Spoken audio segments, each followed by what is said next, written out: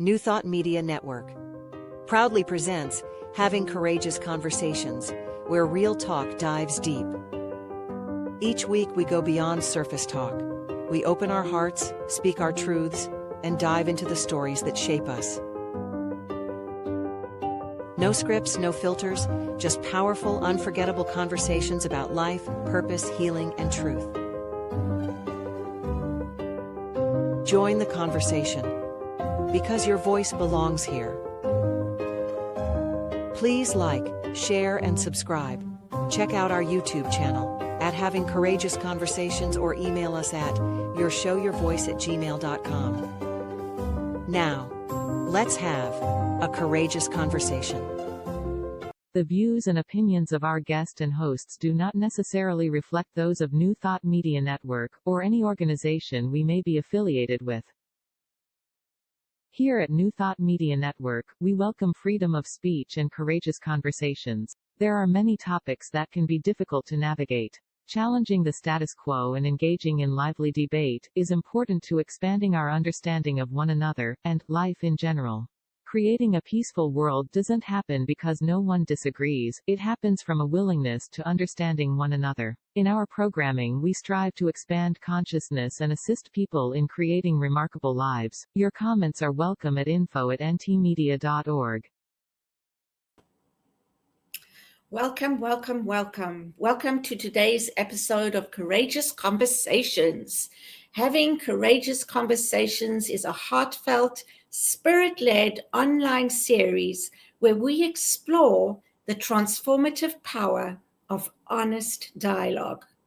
Rooted in authenticity, compassion, and spiritual awareness, the show invites you and invites voices from all walks of life to engage in meaningful conversations. I'm Cheryl Rogers, and I'm delighted to be here with my wonderful co-host, Mark Dupuis, and our wonderful guest, Meir, and his life partner may join us too. So this is going to be a very special show, and I'm going to let Mark introduce you to him. Thanks, Cheryl. It's so nice to be here with you, and we have an added guest today. I believe it's Jen that's here with Meir. I don't have your bio, Jen, but I will introduce Meir. Meir Schneider is a PhD and was born with cataracts and lived as a blind person for the first 17 years of his life. Through dedicated work with his eyes and body, he regained significant vision and went on to help thousands of people improve their physical function and well-being. He is the founder of the Self-Healing Research Center in San Francisco, and I believe you said you are sitting in San Francisco right now, Meir. Yeah. In this episode, we'll explore the inspiring work and healing journey of Meir. And we'll just have a conversation on where you're at now, and let's just take it from here. Yeah. So welcome. What do you want to tell us first? Welcome. And what do you want to tell us first? How did you start your journey? It's interesting. I was born with cataracts. You know what cataract is, right? Yeah. Yes. What is it? Is it like a skin that covers your eyes? No, because many people say exactly what you're saying. Well, there you go. So teach me. Cataract is opacity of the lens inside the eye. Okay. I was born to deaf parents, and I was born with cataracts. And only 1 out of 20,000 infants are ever born with cataracts. My 2 children were born with cataracts. They're now adult children. And I think in my case it happened because my father had a laboratory at home of photography, and the chemicals affected my eye. Well, anyway, I was raised blind, basically, with very little vision. And I had 5 unsuccessful surgeries by top surgeons in Israel. And the result is that 99% of my lens became scar tissue. Wow. And but worse than that is that what we learn is how much the brain has part in seeing. In that the first 8 weeks of any infants tend to not look at the world. But at the age of 8 weeks, they have to see at least about 2 feet in front of them. They don't see well, but they see very sharply 10 feet in front of them. And what happens is that if in that time you don't see for any reason, whether you have cataract, which is opacity of the lens, or problem with your retina or the optic nerve, if you don't see then, you become blind for life. In fact, they made an experiment where they patched an eye of a cat, and the cat could only see with one eye, the eye that was not patched. So basically, that's the time that our computer, our brain, receives the whole idea of seeing. So because of my cataract, I couldn't develop it. For example, my children had surgery at the age of 2 weeks. And even though my daughter has a small cornea, which is also a problem, removing her lens in time made all the difference in the world, and also doing eye exercises with me. And so the end result is that my son sees better than 20/20, and my daughter sees close to 20/20. Wow. Most kids who are born with cataracts can see about 40%, 50% of 20/20, which is still so much better vision than being almost blind. Yes. So I was raised as a blind kid to deaf parents. And I was the quickest Braille reader in the state of Israel already in my 6th grade. And I thought that my life will be a life of a blind person. Until I discovered a high school dropout kid that have shown me eye exercises. And he took it from the Bates method. It was a discredited method, but I think still a very good one. Doesn't matter what everybody's saying. The question is what works. Yeah. And I spend 13 hours a day, every day, working on my eyes, sometimes even 16. Consciously, unconsciously, many, many ways.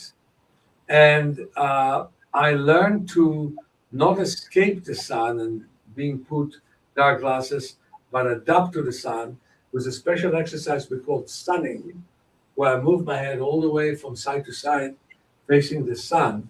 And my pupils would constrict when they face the sun and expand when I'm away. I had terrible nystagmus, which is an involuntary movement of the eyes that moved at a speed of 300 movements per minute. And I did the exercise of palming, putting my hands around my eyes, sometimes on hours upon hours. These days, we have what we call a palming stick. This one. Okay, I have this one, where I can put the stick in different holes there, so I can put it in a way that I don't bend my neck or straighten my neck, and I really relax my eyes. And the result was, well, I've learned the principles of natural vision improvement. And I'll just tell you a few of them. One is deep relaxation of the eyes, because my nystagmus went down from 300 movements per minute to between 0 and 12. Okay? Wow. I could not know looking, because I would look at you and my eyes would look at the wall. I would look at the wall. My eyes would look at the other wall. I would look at the ceiling that would look down. I had no control over the eyes. You saw probably a famous actor, a singer by the name of Stevie Wonder, and his eyes are moving a lot, very similar to that. So I slowed down my movement, and then I learned, and some of the principles is to relax the eyes, look at details, adapt them to the strong sunlight, adapt them to the weak night, because we don't have night, and people walk with sunglasses and prevent themselves from adapting to the sunlight, and looking at the distance and expanding the periphery. There are many more principles. They're all in my book, Vision for Life.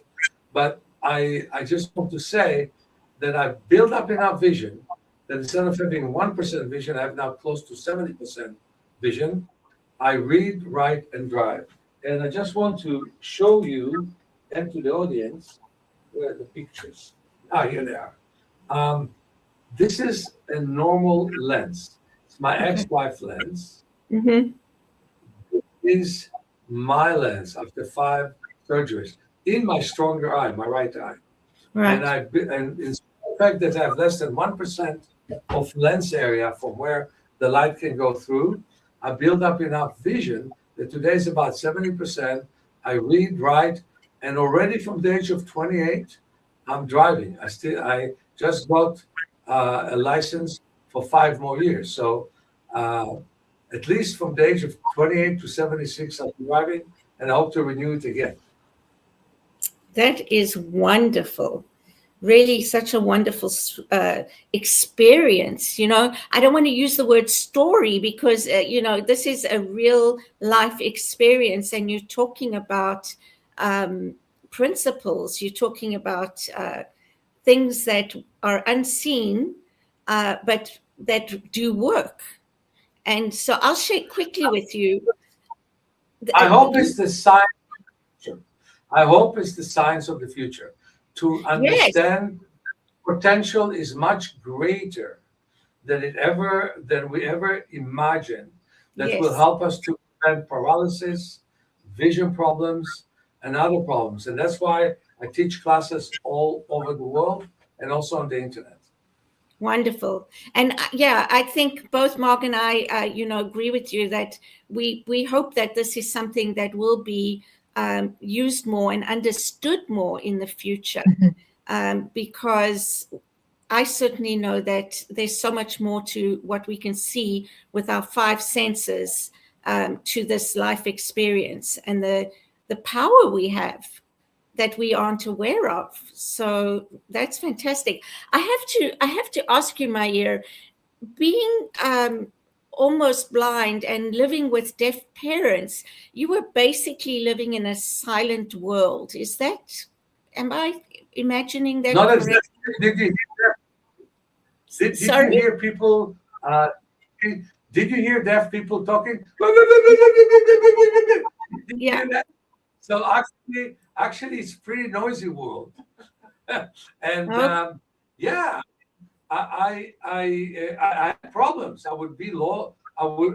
My father would go with me somewhere, leave me somewhere, and I didn't know where he was, and I would scream, and he was deaf, you know. So he took a good Samaritan to find me and to find him and get us together. It happens sometimes. Other thing is, as I grew up, and my mother wanted to leave me a message, she would dial the number from the photography shop that he had and say the same message 10 times because she had no idea when I would pick up the phone and when I would hear what she's saying. So there were all kinds of interesting situations like that where it was hard. My mother took me to meetings with her friends, and they would sit down and sew and talk to each other. And believe me, it wasn't quiet. But I would sit down and read my Braille book, and they were very nice friends. From time to time, they would stop me and give me a sweet, which is not too good because until I still have a sweet tooth, you know. But I had all those situations, definitely. Yeah, well, that is so interesting. Thank you for sharing that. There's so many, I think, unique experiences that you had in your lifetime, and will still have, I'm sure. I was known in the Deaf Club of Tel Aviv as the blind son of Ida and Abraham. Okay. Parents, Yeah. So, okay. Well, and your journey to healing. Do you know Joe Dispenza? Have you heard of Dr. Joe Dispenza? I heard, but I don't know him. So what he teaches is the plasticity of the brain, and just how we can shift the connections, the connectors in our brain, so that we change the path of the neurons in order to heal ourselves. And so I wonder Let me tell you something else. Sorry, say again? Let me tell you something else. Yes. Let me tell you something else. Please. A third of the brain is the visual cortex. A third. Another 20% of the brain is connecting to the visual cortex. I think that we have our vision straight because we use our vision better. Like we have a good macula. That degenerates with so many people. We have very good macula. And eagles have two maculas, and they see exponentially better than humans. But most animals don't have good macula. For example, if you see a bear, don't move, because the bear will smell you but will not see you, because his vision is more peripheral. So that's what happens to most animals, in that they don't see where exactly you are, which is very, very interesting. So we have strong vision, and the most important part, of course, is the retina and the photoreceptors. And you cannot really develop the brain well and prevent senility if you don't work on the visual brain at the same time. And there are very nice, simple exercises, and some of them are not so simple because they also include imagery, new kinds of exercises where you work on vision improvement, as it's written in my book, Vision for Life. And you take the steps for vision improvement. And the result of that is that then the work you do on your body affects very well the work that you do with your eyes. It's very clear now. I was a heretic in the 70s when I studied pathophysiology, when I was thinking that the brain has plasticity and can rebuild itself. Right now, it's the common opinion. Everybody thinks so. What they don't have is the techniques to do it. And there are definitely wonderful techniques of the brain. So you have your life partner beside you, and I'm curious how you met, and is it Jen or Jan? Jean. Jean? Jeanne. Jeanne? Yeah, it is a French Okay. name. Okay. And if you wanted to share your story. Yeah, in fact, in 2011, the ophthalmologist tell me that he needs to do a vitrectomy because he diagnosed pseudo-lamellar hole, which is a degeneration of the retina. Hold on. Vitrectomy is removing a major part of the eye, removing the vitreous body, draining the fluid, and putting silicone instead. And it always has, or many times, a very bad ending. He told me that a few months later I will have more cataract and I will have glaucoma.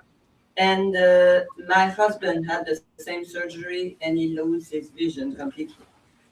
So the first 5 minutes I told him that for me the extraordinary measure would be at the end. And I would try everything I could try before. So I tried every natural way to be in health.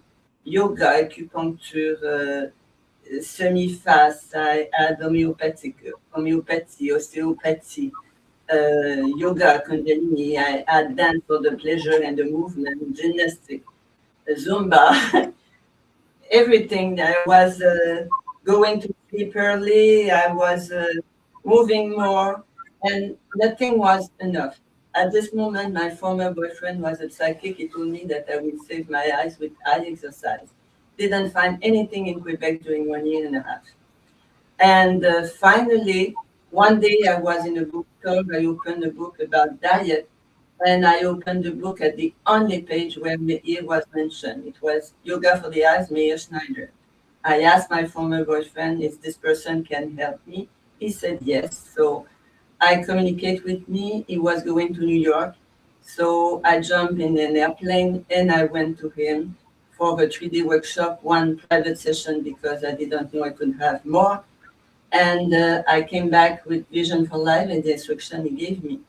So during 1 month, I worked very assiduously and I saw my ophthalmologist again. And at this moment, he didn't recommend the surgery anymore. It was in 2012. And now we are in 2026. And each time that I saw him, each 6 months, after that, each year, it is all the time better. So last time he tapped on my knee, said, "I'm happy you forgot to age." I said, "I'm happy too." He never asked what I did, but his technician came to his lecture in Quebec. Anyway, maybe he knows. But I'm very, very grateful. And after that, I wanted to bring Meir's method in Quebec. Now I'm more often out of Quebec than in my place, but I'm seeing some people time to time when the 3 weeks I'm there. So I'm very, very grateful and happy about that. And I must add that my mother was blind, 2 uncles were blind, my husband loses vision, even my boss was losing his vision, my colleague was blind. I was all the time surrounded by eye problems and I wanted to help people. I was asking the universe to help. So they bring me exactly at the right place. Mm-hmm. Wow, wonderful. So thanks for joining and thanks for sharing. You were not prepared and you said, yes, I'll sit beside my partner. So thank you. Perfect. Thank you. Yeah. Yeah. So now you're life partners and you travel together. Yes. And you work together? Yes. Wonderful. Yeah. And so I'm just intrigued by both of you with how you've basically improved your eyesight with nothing other than your exercises, Meir. So I want to ask you, with somebody who wears glasses, who used to have 20/20 eyesight, could they get that back and not have to wear glasses? Absolutely. The main thing is you do it gradually, right? So you do eye exercises, and then you Oh, frozen. 40, right? And after you improve your vision, which within 2 months you'll see 20/20 at the lower prescription, you reduce it again, and then you see better again. It's like, glasses are like crutches, basically. If you wear glasses instead of taking care of what made your eyes worse, the eyes are not going to get better. In fact, with time, they degenerate and get worse. Mm-hmm. And what do we teach people? We teach people to connect between the brain and the most precious part of the retina, called macula. We teach people to expand the periphery and to connect between the brain and the central periphery and the very extreme periphery. We teach people to look at a distance because, in the past, people used to be hunters, food gatherers. Pay attention that Bedouins in the desert have much better vision than modern people. Pay attention that the bush person, Africa has much better vision than modern people. That people in the Amazon have much, much better vision. And so in rural places, people have much better eyesight than in cities. And I would say that we don't look as much at the distance. What are you and I doing? We're looking at a computer. Actually, I want to tell you, we have a laptop and I have a television. So actually, I see you on a television. So for me, you are a star. But anyway, what I want to say, Cheryl Marge, is that we get cataracts not because we age. We get cataracts because the lens did not work fully. Just like you have hip problems because you sit all day. Just like you have all kinds of problems because of your lifestyle. This morning I was running cold beach of San Francisco, just with my bathing suit. People got used to me. Even now, you know I'm 17, right? You know that, right? Yes, yeah, absolutely. I'm 17. They only switched the numbers wrongly, you know. They put the 7. But They got it. But if they saw anyway, you running, they would know, right? yeah. So what I'm saying, yeah, definitely. So the point is, well, I definitely do less well than I've done in my 60s. I would run there quicker, but I still go to the beach where everybody is wearing coats upon coats in San Francisco. And I run the beach, and on days which are a bit warmer than today, I also bathe in the ocean, which is like 11 Celsius or something like this. And I enjoy it, you know. And I was also once cleaning Jeanne's balcony. She didn't allow me to do it without my bathing suit.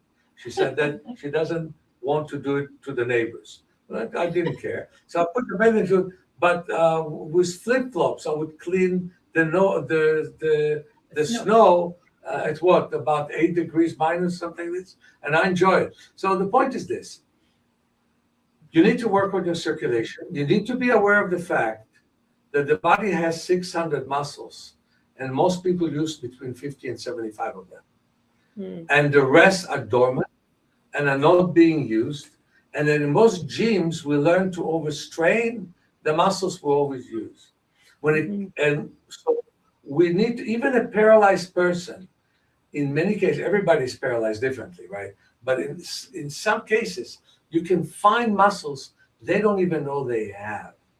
So what I want to tell you, which is so important, is that you and I have capacity to be more vital when we ever imagine we can. All we need to do is to explore more connection between the body and the brain, more connections between the body and the brain. Do movements we normally don't do. An example is you can have some people who can play guitar with their toes. Sometimes some armless people learn to feed themselves with the toes. And yet most people have no access to the toes. And when I get them to try to do them separately, they can't do it. But the muscles are there. I can read Braille, but most people would make no sense of it because they didn't learn to sense that well. So what I'm trying to say is our potential example I can give you. There was a girl who came to me from Alberta, from a native tribe. And her complaint was that she's totally blind in the right eye except for color sensation, but she sees 2200, which is the big letter on the chart,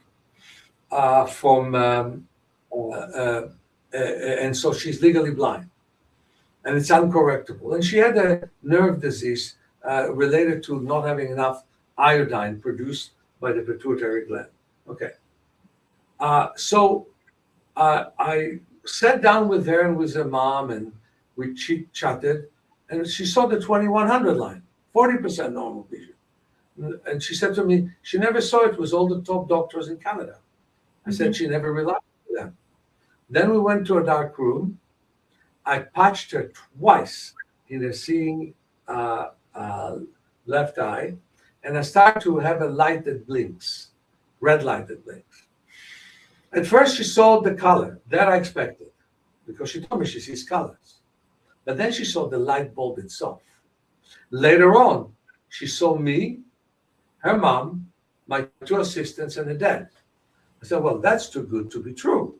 So then I took her to the trial, and she's very athletic, but with the 2 eye patches over her seeing left eye, and she had to catch and throw balls. We walked around in the street. She could read big signs. And what did we discover? That all this year, and she was then 18, she thought she's blind in that eye. Doctors thought she's blind in her eye. Parents thought she's blind in her eye, but simply the brain did not use it. So you call it lazy eye. And then the 2 eyes started to work together. Vision improved to 20/60, which is a fantastic vision. It's about 70% of normal vision, or close to it. And then we worked on eye teaming. What does that show you? If for 18 years, nobody thought she can actually see with that eye, shows you that a lot of what can be done to us is sleeping, is latent, is unfelt by us. It's through movement and exercise. Like in my book, Awakening Your Power of Self-Healing, I have 600 exercises and 400 illustrations where you learn that actually you can have better awareness of your connection to your body, not simply vigorous, strenuous work. Many people are miserable with morning exercise. They kill themselves. Instead of that, what they need to do is to sense themselves, to have a sense of what needs to be done next. It's just like if you're a composer of music and you hear some music, you know what's the next note. Yes. Like if you're an author and you wrote a book, you know what's the next line. Same in your body. Just open yourself up to the movement. Your body is movement. Your cells are moving all the time. And if you sense that, and if you also get the right body work, things can get better, completely better. Most of the vision problems can be prevented. Most of the paralysis can be prevented. Most of injuries can be remedied. Okay, we have to take a 2-minute break. I am just loving this conversation. Thank you, Meir. So don't go away, please. We'll be right back in 2 minutes to continue this conversation. I look forward to hearing more. Having Courageous Conversations is proudly sponsored by Unity Kitchener. We are a welcoming spiritual community where open dialogue, personal growth, and authentic connection are encouraged. Join us Sundays at 10:30 a.m. Eastern for inspiration, reflection, and meaningful conversation. Learn more at unitykitchener.org. Unity Kitchener, a positive path for spiritual living. Please help us say thank you to all of our organizational sponsors, including the Hepperlin Foundation, Affiliated New Thought Network, International New Thought Alliance, Science of Mind Archives and Library Foundation, Center for Spiritual Living Denver, Center for Spiritual Living Midtown, New Thought Philadelphia, Center for Spiritual Living United Life, Sunshine Cathedral, Planned Happiness Institute, Summit Center for Spiritual Living, One Heart Retreats, Universal Joy Center, Unity Kitchener, Unity Spiritual Center, Ottawa, Home Center for Spiritual Living, Satya Center, Begin Within Ministries, Center for Spiritual Living, North Jersey, Unity of Savannah, and the Center for Spiritual Living, Seattle, as well as all of our individual donors. On behalf of New Thought Media Network, thank you, and please like, share, and subscribe. New Thought Media Network, come be you. Come expand your spiritual journey. Join us for Just the Talk, Sundays, 1 p.m. to 6 p.m. Mountain Time. Experience Unity Kitchener and Ottawa. Center for Spiritual Living Midtown, Center for Spiritual Living Denver, Unity of Garden Park, New Thought Philadelphia, the Sunshine Cathedral, Unity of Savannah, and the Om Center for Spiritual Living. Come unleash your spiritual potential with New Thought Media Network. Well, welcome back. So I don't know, Mark, if you have any questions. I wrote something down. Okay, so you go ahead, and I'll wait to ask mine later. First, I have a statement in that I'm a believer that I can do more than perhaps other people may think that I can do, because I put my mind to it, right? Yes, I'm going to do it. Even if I have a certain physical limitation, I will put my mind to it and I'll do it. Ironically, I used to work at the School of Optometry at the Low Vision Clinic. So a number of things that you're speaking of, I've been exposed to. And there were some patients. Pay attention to something. I'll give you a couple of statistics. Okay. First of all, Okay, just one moment, please. Just one moment. I just have a question for you. So there were patients that would come in, they'd be all excited because they would have heard about something and they would like, I'm going to do this and whatever. And not what you're suggesting, but they would have, their mind would say they can do this. And then they were disappointed about the outcome. So my question to you is, how do, if a technique does not work for someone, are you able to support them as well? yes, but I want to say what I wanted to say at first. When you go to an ophthalmologist, the chance, if you never had glasses before, the chance that the ophthalmologist will prescribe glasses for you is 15%. Because they check many other things. They check your periphery, your pressure, the bottom of your retina, your optic nerve, etc. You go to an optometrist, the chance you get glasses is 50%. Because somehow that's their tool. I mean, they do check periphery, but they're very much into giving glasses. So that's an interesting thing. And so in terms of what people feel and how disappointed they get, if people are disappointed with my work with them, I of course want to find other avenues that can help them. But at the end of the day, the question is also the person, him or herself. I think it takes two to tango. And I think it's very important to find the right person that will be to some extent optimistic. I want to tell you about one of my students who was, her name was Sonia in Brazil, who was, like yourself, a low vision specialist. And then she studied my method.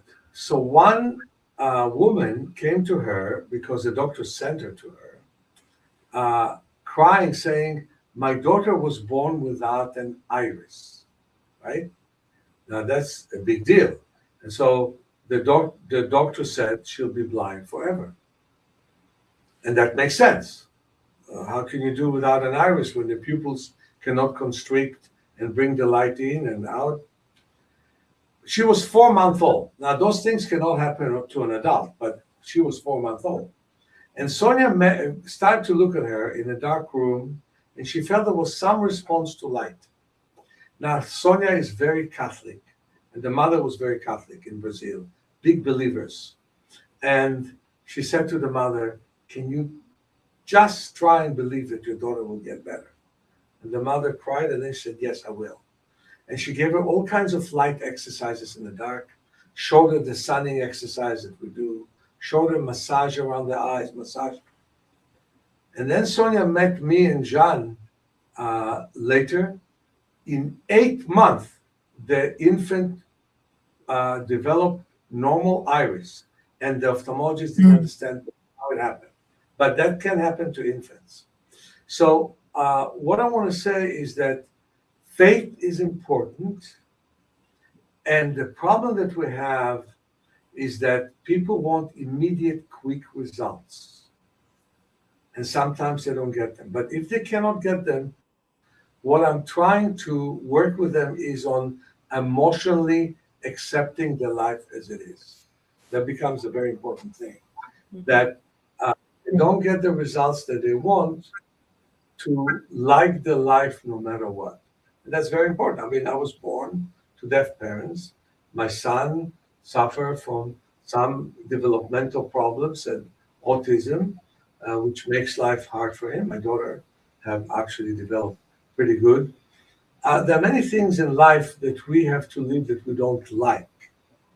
But the most important thing is to like life, to accept that life is a gift, it was given to us, and we should like it no matter what. But what I want to say is that the world of movement is vast, and those who are very open to the world of movement will see change. And this is one of so many stories. Like, I was getting a phone call from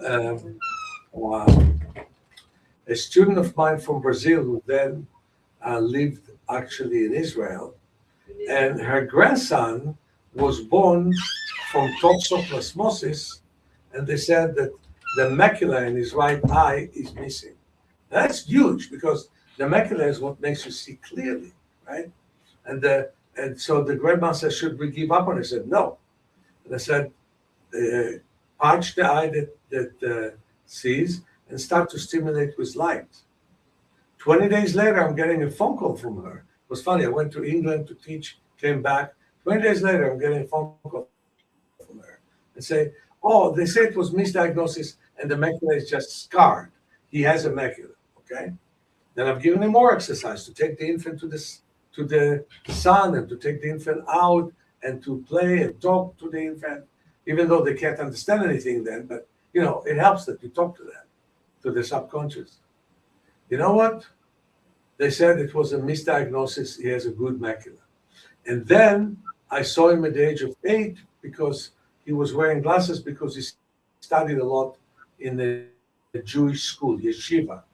After that, I met him at the age of 20. He's producing movies and his eyes become dry. Completely normal vision, right? So what I'm saying is how things can change is just amazing, but it takes two to tango. He had a grandmother who was crazy about him and was doing anything for him. If you look at my book, Movement for Self, you read about my grandmother, how much she loved me. My parents were deaf.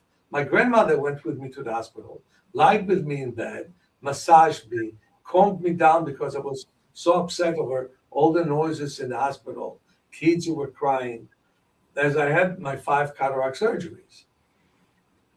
And I really believe that without my grandmother's love, I would never have the energy to work on myself. That's a very important thing. Mm-hmm. Mm-hmm. So your social environment, the love of your partners, the love of your children, those things are so important. Yes. And without which you can actually get nowhere in life. Mm-hmm. And so when you talk about people are disappointed with some of the things you gave them, which I'm sure I would not be one of them, because when I was getting a 38 diopter lens, with which I would put my nose in the book and I would be able to read letter by letter, took me a chapter of 30 pages about an hour to read, I would go to the beach and my uncle said I'm behaving really well because he expects a 16-year-old, a 15-year-old to create noise, commotion. I would just put the book on my nose, and all the people could do whatever they wanted to do. But I was able to read. Cost me headache, I was able to read. Too much headache, I was reading Braille. But I remember how it was important for me to succeed with what I do. So the passive attitude of people, that thing of they want to get from you everything they should get for themselves, is unhelpful. I work with people highly motivated. Yeah. And so what it's so similar to what Unity teaches, in that there's 5 principles. I mean, there's obviously more, but the 5 main ones are that there's one power, one presence everywhere. The second one is that if there's only one, I am a part of it. And the third one is how we create, our thoughts create. And then the fourth one is prayer or meditation. And the fifth one is walk your talk, which is what you're talking about. You're saying that you have to believe. I'm Jewish. I celebrated Pesach or Passover yesterday with my partners. And I'm a complete believer in the 5 principles of unity. I lectured in a bunch of churches, not as a pastor, of course, but for my work and my look. You don't have to go far when Einstein said that the one who believes that there is past, present, or future lives a stubborn illusion. And to a great extent, in many ways, with your thoughts, if they're powerful enough, you can create your reality, That's one it. way or another. Yeah. But the point is, they have to be really deep and subconscious, because many times you can have positive thoughts in the outside where your inside doesn't believe a word of them. Exactly. And you down and repeat it a million times, and they don't mean. That's why I believe in positive action. As you say, Yes. you walk your talk. Yes. I believe in positive action. Otherwise, forget it. And Yes. in acceptance that every step you make forward is important. As they say in Judaism, a rich person who believes, who is happy with his fair share. You could have $1,000 and feel rich, and you could have $1 trillion and feel poor. The question is, Yes, how you feel about it. exactly.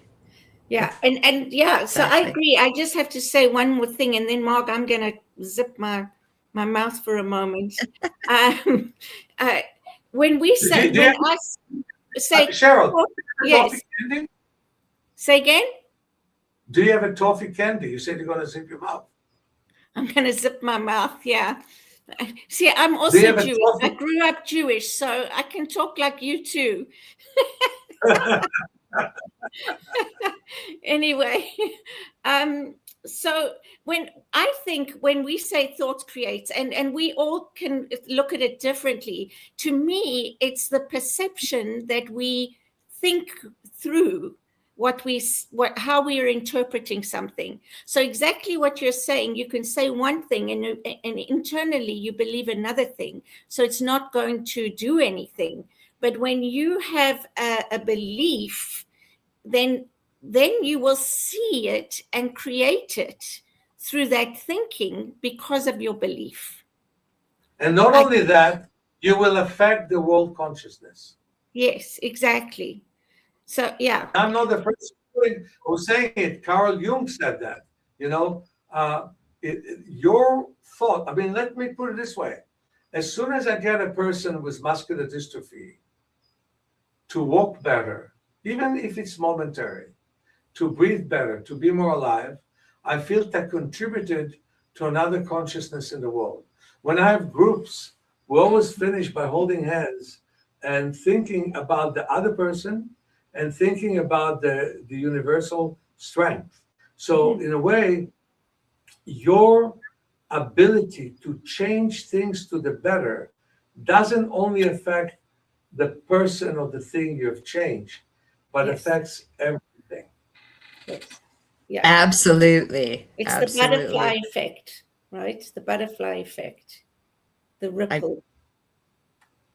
I so often say in a group that I facilitate, just when you're out on the street and you say hello to somebody with a smile, somebody you've never seen before, even if it's somebody that appears to be very grumpy or whatever, if it's how you present yourself in the world, like what if you changed one moment, like you're saying, one moment in someone's life, it's got to have a ripple effect and spread out into the world.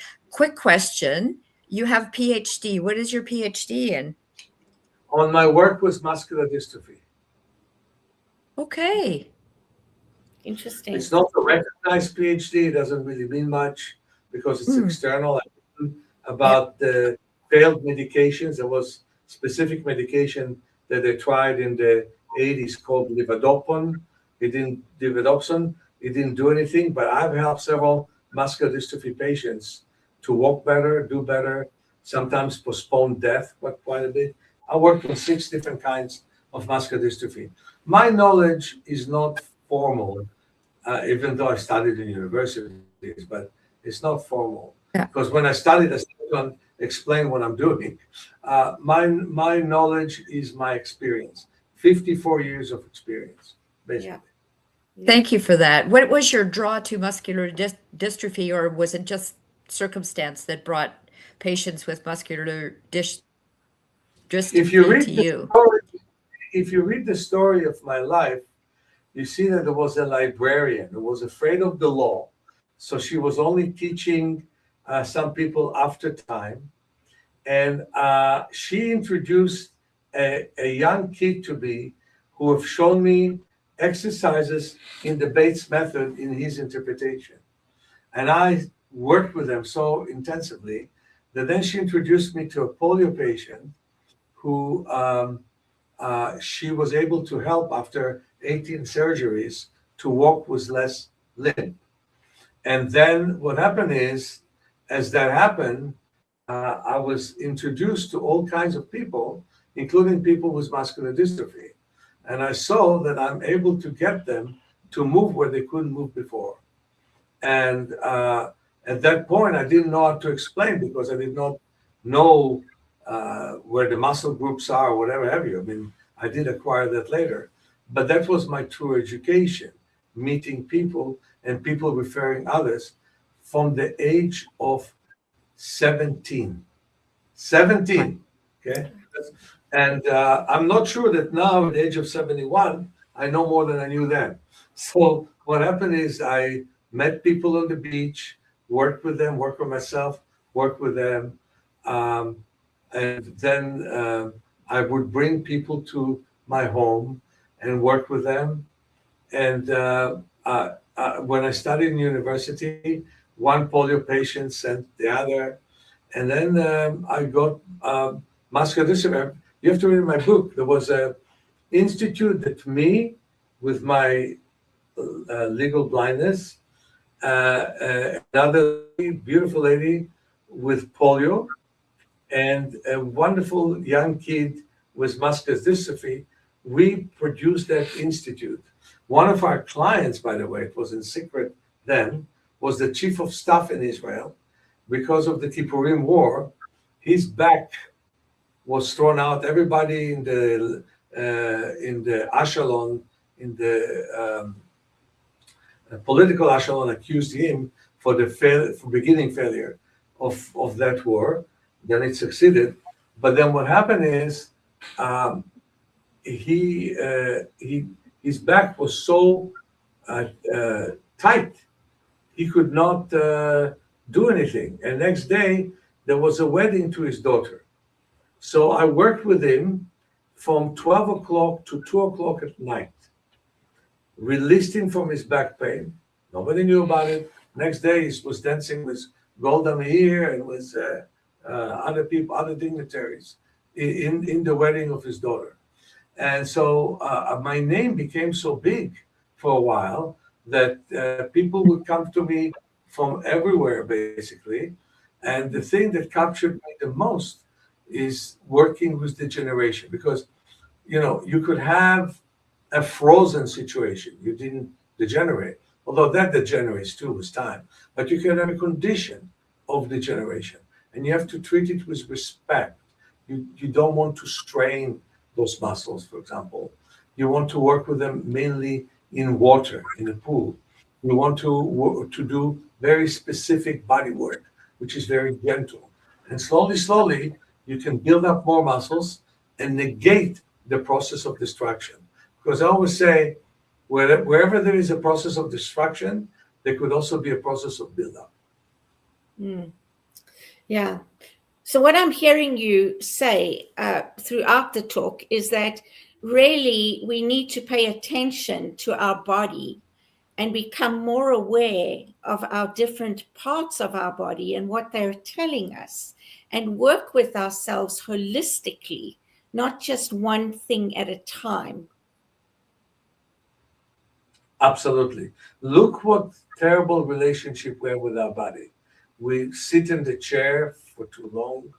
We don't stretch to relax. I would love to have people stretching every 20 minutes, pushing the chest forward and the leg backwards and loosening the body.